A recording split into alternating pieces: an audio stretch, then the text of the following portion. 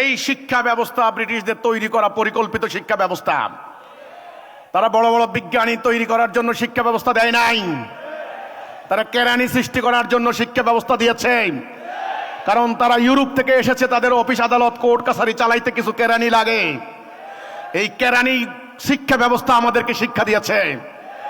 আমাদের শিক্ষিত লোকদের আজকে মেরুদণ্ড নাই।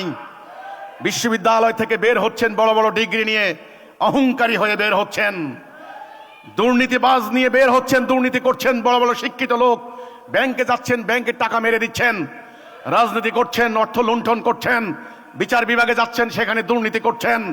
যেইখানে যাচ্ছেন চুরি, ডাকাতি, দুর্নীতি, খুন, এই সমস্ত অন্যায়ের সঙ্গে শিক্ষিত লোকেরা জড়িত হচ্ছেন। নীতি নৈতিকতা নাই, পুরো দেশকে বিক্রি করে দিচ্ছেন। নির্লজ্জের মতো বলেন বাংলাদেশে কোনো ভবিষ্যৎ নাই।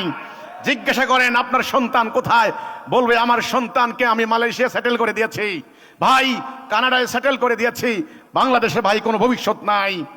কারণ ভবিষ্যৎ তো ওরা ধ্বংস করে দিয়েছে। বিশ্ববিদ্যালয়গুলি সারা বিশ্বের 1000 বিশ্ববিদ্যালয়, আমার দেশের কোনো বিশ্ববিদ্যালয় নাই। আমার দেশের বিশ্ববিদ্যালয় খালি ছুরি মারামারি আর রাজনীতি আর রাজনীতি। কাজেই কোনো গবেষণা নাই, নতুন কোনো দিগন্ত নাই। বিশ্ববিদ্যালয় শিক্ষকরা করেন রাজনীতি, কোনোটা সাদা দল, কোনোটা নীল দল, কোনোটা হলুদ দল, বিভিন্ন রাজনৈতিক দলের লেজুর বৃত্তি করেন। তাদের দেখা দেখি তাদের স্টুডেন্টরাও মারামারি ছুরি মারামারি করে।